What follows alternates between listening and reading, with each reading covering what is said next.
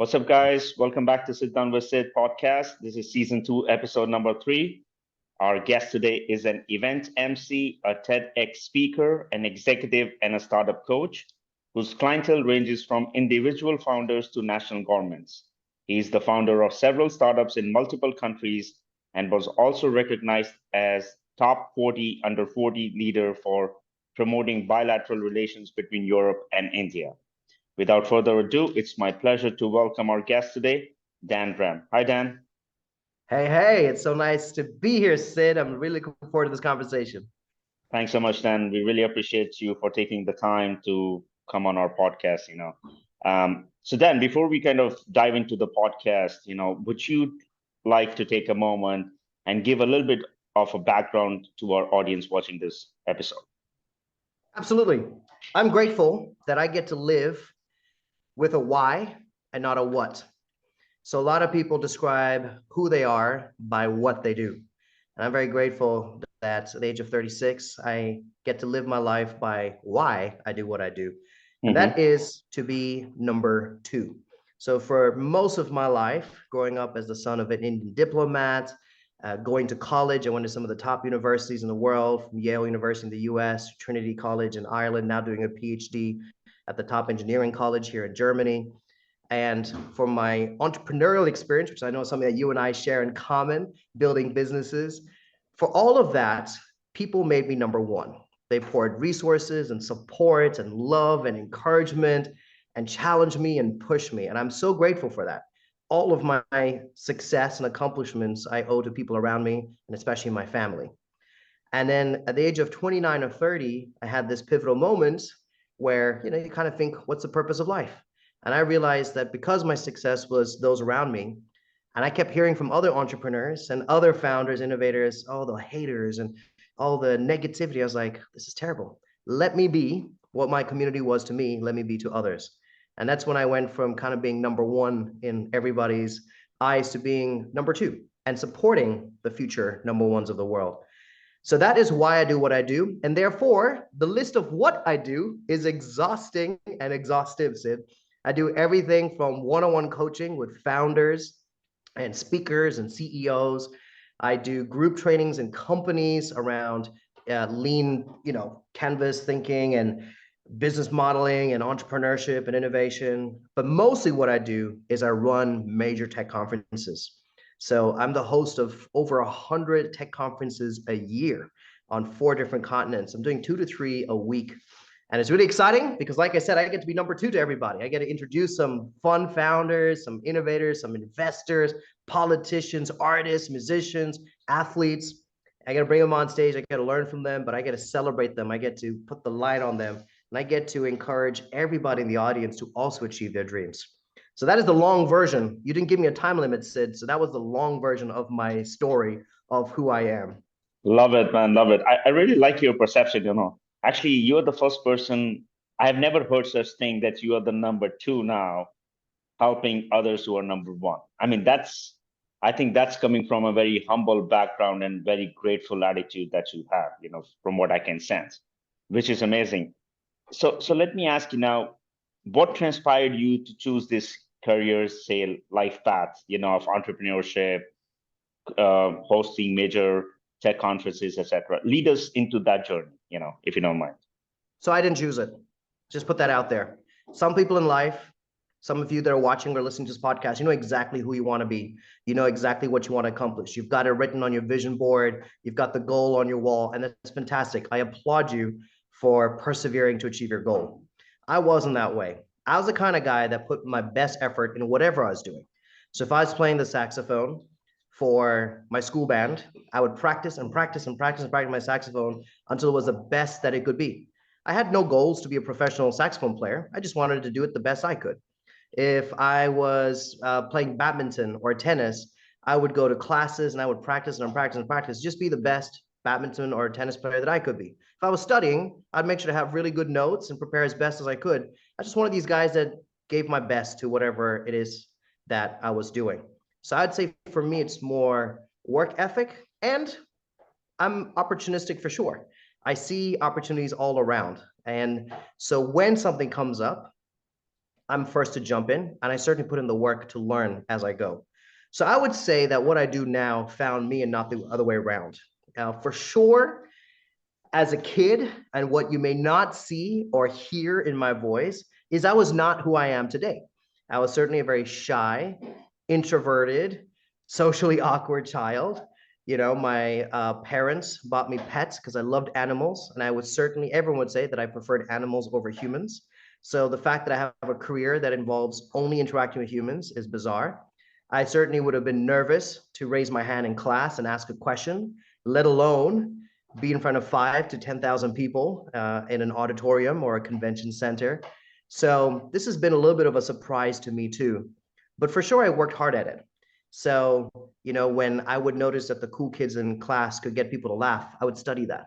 What is it about the way they stood or said something that made everyone laugh? When I watch the TEDx talkers, or, you know, when you watch the movies where the coach gives that very motivational speech, or a politician gives a, you know, gets a standing ovation. How did they do that? I studied, and I practiced it. And I did that in everything, Sid, whether it was being an advisor to the Prime Minister of Ireland and to the national government on entrepreneurship policy. That was one of these really interesting chapters of my life. Whether it was working for the UN, that was my first job out of college. Whether it was building my businesses. I mean, I don't come from an entrepreneurial family as such. We have innovators, we have thinkers, but no one's really a full-time entrepreneur.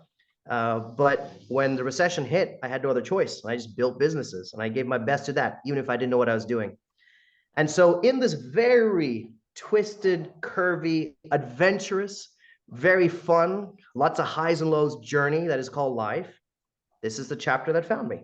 And I must say, of all the different things I've done, this one certainly makes me come alive the most. I think this is the culmination. All those experiences in the past have come to meet me at this point, because it's a happy mix of performance and intellect and creativity and interacting with humans and challenging myself daily. You know, every scenario, every stage, every person you bring on stage, every audience member throws a curveball. And so I have to be on my toes constantly. And I love it. I absolutely love it. That's amazing. Dan, I remember in your first line, you said, we all know what we want, who we want, when we want. My question to you is, being an entrepreneur myself, there are a lot of people, including myself at one point, where I did not know what I want, who Yeah. I want to be, and when I wanted it, right? What do you have to say to those people who are in that situation in life listening to you right now?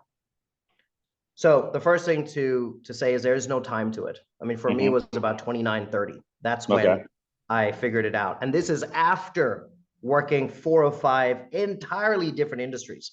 And we're talking UN on one hand, we're talking World Vision, which is a charity in India on another Hmm. hand, we're talking government advisory work, which is bureaucratic work on the other hand, to building business. Like, I tried everything. So first of all, there's no time limit. When it hits, and it's magical. It feels different. You wake up completely different the next day. Second, you got to try stuff, right? So I already shared some of those things I tried. I didn't know I was going to be doing this right now. And I'm not even committing that I'll do this for the next 50 years of my life. This is just the chapter that I'm in right now, and I'm loving it. And so you got to try things along the way. But Sid, even right now, as a moderator and MC, I'm still trying things. You know, I started building a social media agency, another thing that you and I have in common. But as I was speaking, I was thinking, okay, there's 3,000 people in the room, but there's millions online. Why don't we take the same content, same conference that people cannot fly to and attend in, you know, Bucharest, Romania, or some part of Austria or something, and make it available to the world? It's not genius. It's just, you know, seeing opportunity where it is, and started building a digital media agency. There are very few, maybe I can count in one hand, the number of MCs and speakers that bring their own vlogger with them to an event the way that I do. And so this is, again, innovating and trying stuff. Some things work, some things don't. Even for next year, I'm trying some different things. So the second thing I will say, so first thing was, there's no time limit. So Right. be patient. Second thing Hmm. is, keep trying different things. Don't keep trying the same thing and expect a different result. Try different things. And the third thing I would say is never, ever, ever stop investing in yourself. because ultimately you are the greatest asset. And so I didn't give up on myself when I wasn't a good communicator. Now I've made a career as a communicator and storyteller. I might have not been the most successful, even the best entrepreneur, but the stuff that I was doing, no one studied it as much as I did. No one learned in it as much as I did. So certainly put in the work, invest in yourself, and keep growing, keep trying new elements to yourself.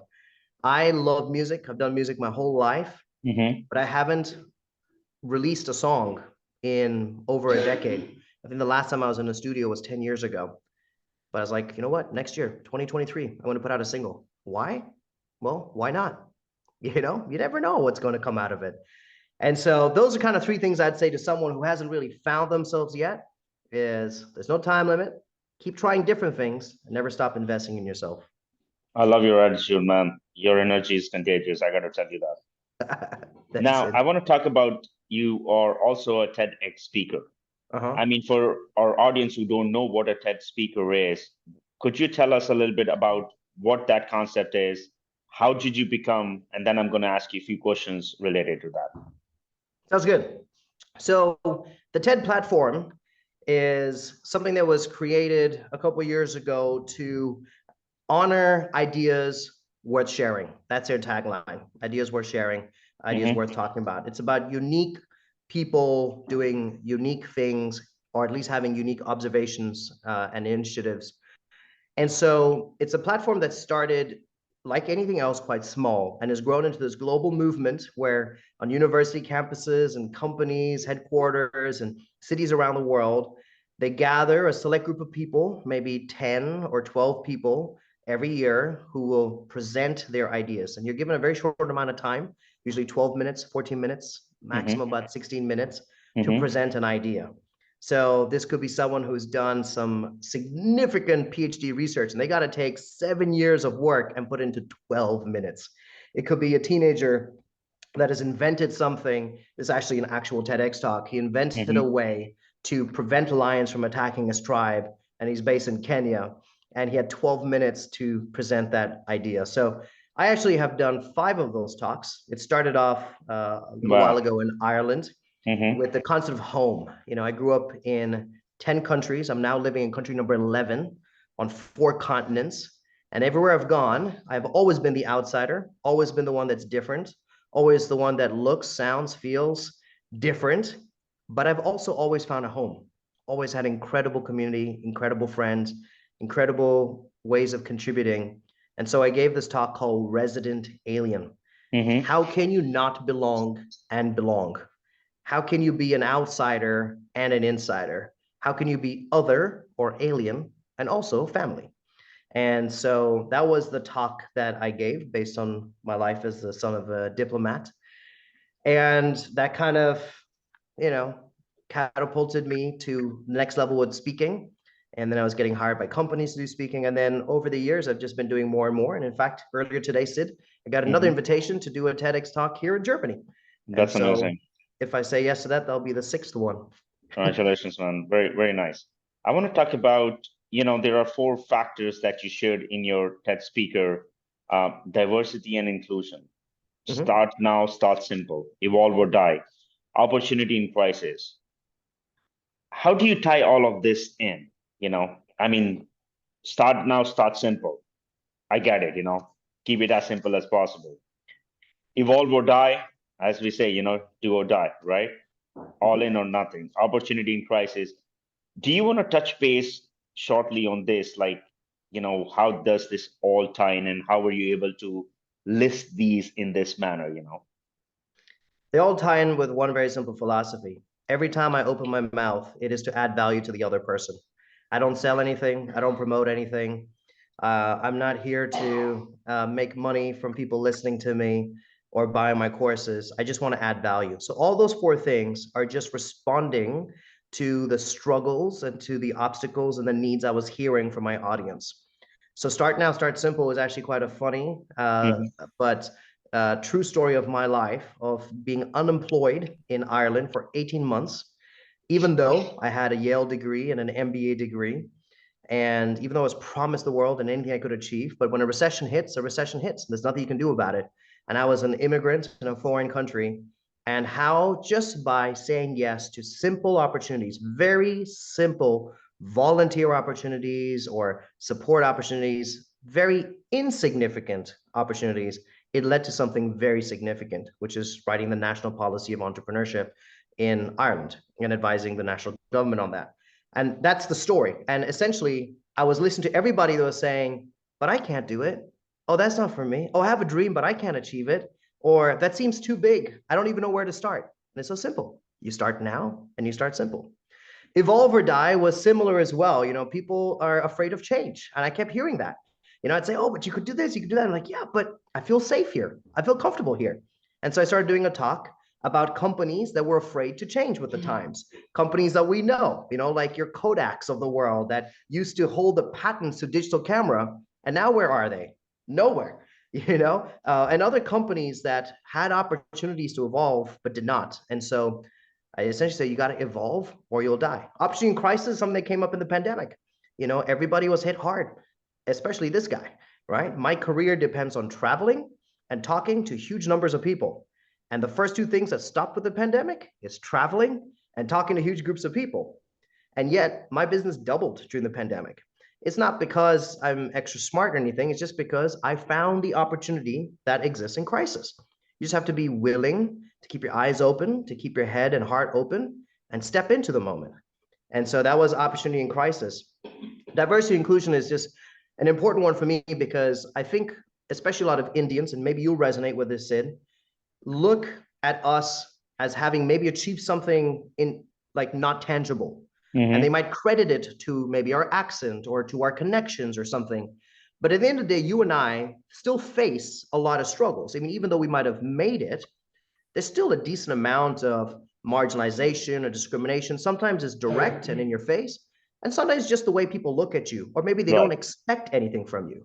And I'm just trying to tell them, we're all that. Everybody is diversity. Diversity is not the black person or the brown person in a white crowd. Sometimes it's the white person in a black crowd. Like everybody is diverse and everybody needs to be included. So just stop playing the victim and start seeing your difference as your superpower, right? As a brown guy with an American accent, I'm making a killing in Europe. But you know what I could have said? I don't have a European accent. I don't look like a European. I don't know the European culture. I don't know a European language. That's the victim. Or I could say, actually, my accent, my global perspective on things, the fact that I'm brown in what is otherwise predominantly a male, white-dominated speaking stage is my superpower. Same guy, different perspective.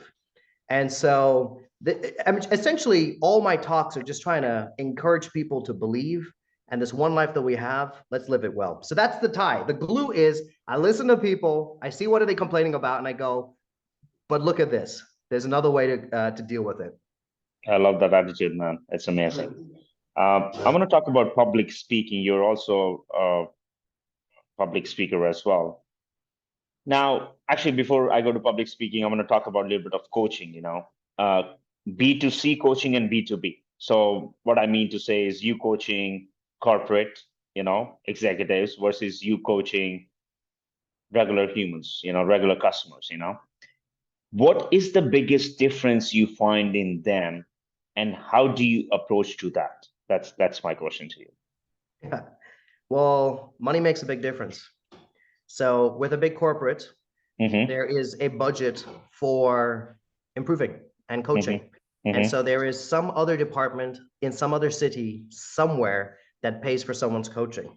Right. And that makes a difference in how much attention and time and commitment they have to the coaching.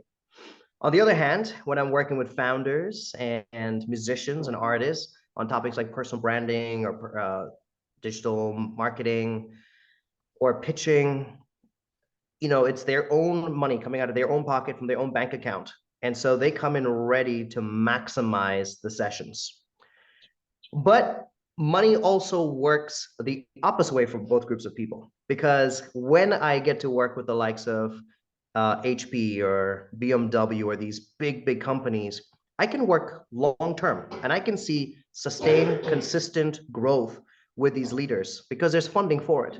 On the other hand, when I'm working with a young artist or entrepreneur, we have to squeeze in as much as possible into 3 sessions because that's all they can afford. And I move fast, but I don't have the joy of kind of spending months or even years seeing them grow. But it's intense and we work fast. So money works both ways. There's pros and cons to both.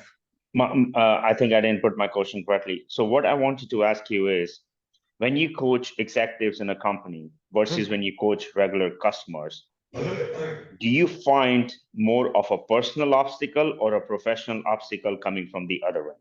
Do Oh, I make sense? yes. Okay, I would that's my, say yeah. that every professional, relational, emotional, spiritual obstacle, it all comes back to personal. And that's Mm-hmm, what I focus on. My coaching is a combination of two things. mm-hmm, It's always a deep dive into mm-hmm, personal development, but mm-hmm, always something actionable in their professional world. So if it is a woman that feels not valued in the mm-hmm, workplace, mm-hmm, there is a personal element to it where we have to develop just their own self-confidence, their own self-esteem, their own self-worth. But there is also a professional element that I go, okay, now let me teach you how to sit differently because body language has a huge impact on how people perceive you.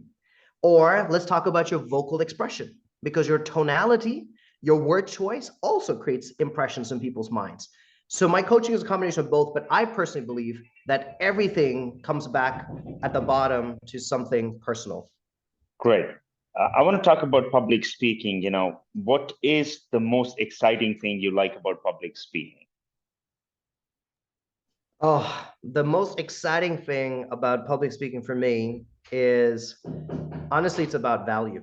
Mm-hmm, I know this is something that can be, said a lot, something that maybe people gloss over. It's just a night, but honestly, what gives me the greatest fulfillment and satisfaction, Sid, is when I come back in the evening and I get a text message from someone saying, I never dared to believe, but after your talk today, I'm going to do it. Or I never thought I could, but you broke it down so easily that now I believe I can. That is of the highest value because, like I said, I've been very lucky that people said those things to me, and therefore I've been able to achieve what I can. And the best thing I can do is pass that on now. And I love when I see the value that is received from people. I love when I can see that what I said matched their need in that moment, and it was a right word at the right time. great. Dan, so let me, for our audience who want to reach out to you, say for coaching sessions, public speaking opportunities, could you tell us what is the best way for them to reach out and where should they reach out? And we will actually put that information in the description of this video as well. That's very kind. So, first of all, before any of you think about following me, you must know something. I use social media for conversation. So, please follow me only if you want engagement. I post videos daily that are free on the things that I'm learning, seeing, experiencing. And I always end those videos with drop a comment below because I want to start a conversation. And if you drop me a message asking for some help, expect an answer quick and do not think it's a bot because the whole reason I'm online is to support people and help people, right? Like I said, I'm number two. And so only follow me if you think that you can gain something. Honestly, that's why I'm there. So please follow me with some expectation to grow and to develop. I'm searchable online. You just look up Dan Ram, DANRAM.